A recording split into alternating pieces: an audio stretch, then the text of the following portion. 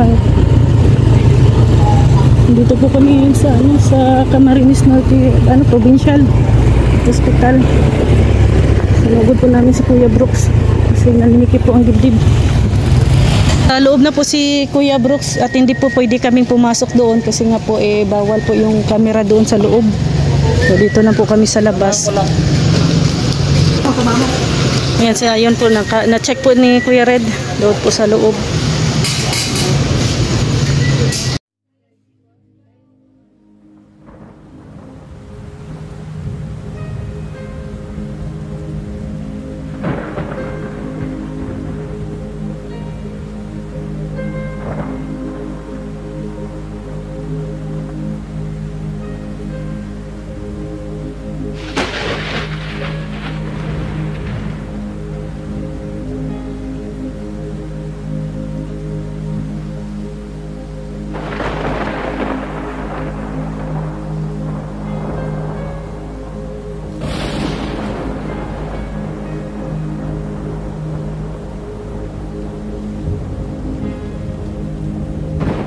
Sabi ng doktor na ano naman daw, pwede na dito outpatient, no.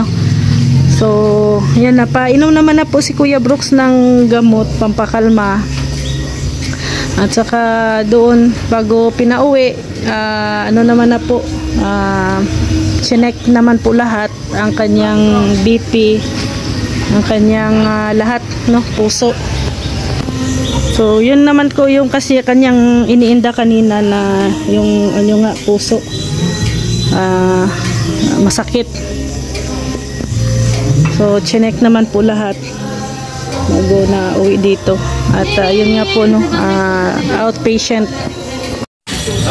May bisita po si Kuya Brooks kaso nag-alala po kay Kuya Brooks, dumalaw dito. Chinek niya po kung kumusta si Kuya Brooks. Kasi pahinga mo muna si Kuya Brooks, no, yun ang sabi ng doktor, monitoring.